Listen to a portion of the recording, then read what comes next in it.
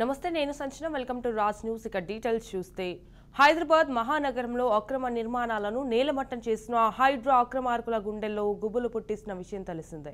దీంతో చెరువులు నాలాలు ఆక్రమణలకు పాల్పడి అనుమతులు లేకుండా భవనాలు నిర్మించిన వారు వణికిపోతున్నారు. ముఖ్యంగా హైటెక్ సిటీలోని రాయదుర్గం మాదాపూర్ పరిధిలో ఉండే దుర్గం చెరువు చుట్టూ విలాసవంతమైన భవనాలు నిర్మించిన వారు హడలెత్తిపోతున్నారు. దుర్గం చెరువులోని కాలనీలో మొత్తం 204 ఇళ్లకు జీహెచ్ఎంసీ అధికారులు నోటీసులు ఇవ్వడం ఎందుకని కారణంగా ఉంది. నోటీసులు అందుకున్న వారు వణికిపోతున్నారు. కాగా నోటీసులు అందుకున్న వారిలో ముఖ్యమంత్రి సోదరుడు తిరుపతి రెడ్డి, సినీ రాజకీయ రంగాలకు చెందిన వారితో పాటు కొంతమంది ఐఏఎస్లు, ఐఆర్ఎస్ అధికారులకు చెందిన నివాసాలు ఉన్నట్టు తెలుస్తోంది. ఇక సిటీలోని అక్రమ నిర్మాణాలపై హైడ్రా కమిషనర్ రంగనాథ్ పూర్తి స్థాయిలో దృష్టి సారించారు. అధికారులతో రిపోర్టులు తెప్పించుకోవడంలో పాటు క్షేత్రస్థాయిలో పరిశీలనలు కూడా చేస్తున్నారు. ఈ క్రమంలో ముషీరాబాద్ నియోజకవర్గం రామ్నగర్ అక్రమాలను ఆయన పరిశీలించారు. స్థానికుల నుంచి అందిన ఫిర్యాదులను పరిశీలించారు. రామ్నగర్ చౌరస్తాలోని మణెమ్మ గల్లీలో నాలాపై అక్రమంగా భవనాలు నిర్మించారని, మణెమ్మ వీధిలో రోడ్డు ఇరుకుగా మారిపోయిందంటూ అందిన ఫిర్యాదుల పరిశీలన కోసం ఆయన వెళ్లారు. సంబంధిత స్థలాల పత్రాలను పరిశీలించాలని అధికారులకు రంగనాథ్ ఆదేశాలు జారీ చేశారు. హైదరాబాద్ మహానగరంలో అక్రమ నిర్మాణాలను నేలమట్టం చేసిన హైడ్రా అక్రమార్కుల గుండెల్లో గుబులు పుట్టిస్తున్న విషయం తెలిసిందే. దీంతో చెరువులు నాలాల ఆక్రమణలకు పాల్పడి అనుమతులు లేకుండా భవనాలు నిర్మించిన వారు వణికిపోతున్నారు. ముఖ్యంగా హైటెక్ సిటీలోని రాయదుర్గం మాదాపూర్ పరిధిలో ఉండే దుర్గం చెరువు చుట్టూ విలాసవంతమైన భవనాలు నిర్మించిన వారు హడలెత్తిపోతున్నారు.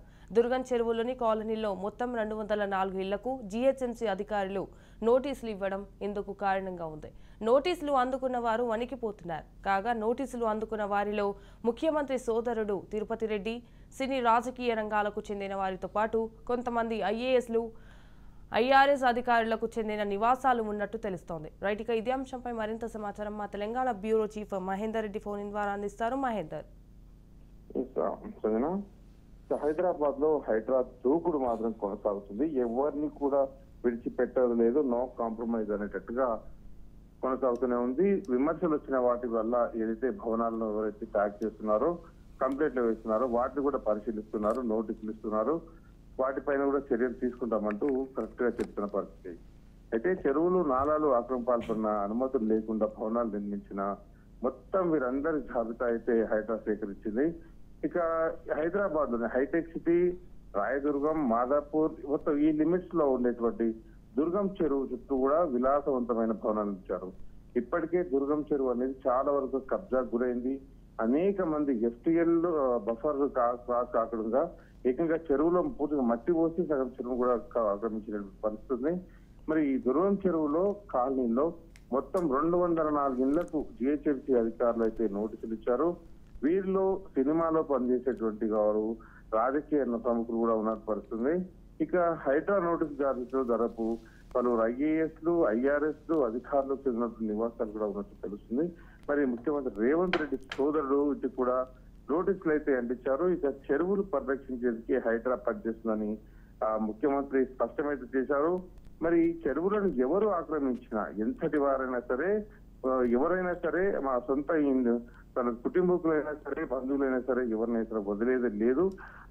దీంట్లో ఎటువంటి పక్షపాతం ఉండదు అనేటువంటి విషయం పదే పదే ముఖ్యమంత్రి చెప్పడం, అలాగే హైడ్రా కమిషనర్ రంగనాథ్ చెప్పడం మనం చూసాం. మరి ఎవరైనా సరే వదిలేదు లేదైతే వారు చెప్పారు. అందరూ కూడా సహకరించారు. ఇక మాజీ మంత్రి అలాగే బీఆర్ఎస్ అధ్యక్షుడు కేటీఆర్ కు చెందినటువంటి ఆయన చెందిన ప్రచారంలో ఉన్నటువంటి జనవాడ ఫామ్ హౌస్ లోను తాజాగా ఇరిగేషన్ అధికారులు కొలతలు కూడా చేశారు. ఈ ఆక్రమణ పైన నివేదిక కూడా సిద్ధం చేస్తున్నారు. ఇక హైటెక్ సిటీలోని రాయదుర్గం, మాదాపూర్ గ్రామాల పరిధిలో ఈ దుర్గం చెరువు అయితే ఉంటుంది. మరి ఈ చుట్టూ వేలాది విలాసమైన భవనాలు కూడా వెలిసాయి. ఇప్పటికే ఇప్పుడు అధికారులు, ప్రముఖులు మొత్తం నివాసాలు హైడ్రా నోటీసులు ఇవ్వడంతో వారిలో ఒక టెన్షన్ అయితే మొదలైంది. ఇక జిహెచ్ఎంసీ నోటీసులు ఇవ్వడంతో ఈ ప్రాంతంపై ప్రస్తుతం మొత్తం ఫోకస్ అయితే చేశారు. చెరువు ఆనుకుని ఖరీదైన భవనాలు నిర్మించడం కావచ్చు. మరి తాజాగా నోటీసులు అయితే అయ్యాయి. 30 రోజుల్లో ఆక్రమణ కూల్చేయాలని సూచించారు. వీరి నుంచి వచ్చే సమాధానం ఆధారంగా హైడ్రా నిర్ణయం తీసుకునే అవకాశం అనిపిస్తుంది. ఒకవేళ ఇప్పుడు హైడ్రా ఈ నోటీసులు ఇచ్చింది, మరి వీటిని అయితే కూలిస్తే మాత్రం ఖచ్చితంగా ఎంతటి వారినైనా సరే ముఖ్యమంత్రి వదలడు, హైడ్రా వదలదు.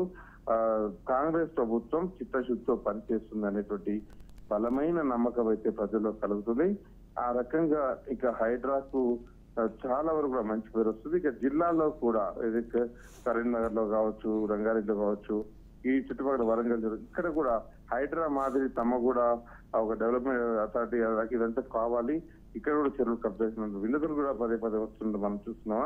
సో మొత్తానికైతే రాయదుర్గం పరిధిలో 204 మందికి నోటీసులు వచ్చాయి. 30 రోజులలో కూల్చాలని దాంట్లో క్లియర్ చెప్పారు. మరి వాళ్ళు ఏ సమాధానం చెప్పబోతారు అవన్నీ వాటిపైన వెయిట్ చేయాలి. Right, thank you for the updates Mahender. మీరు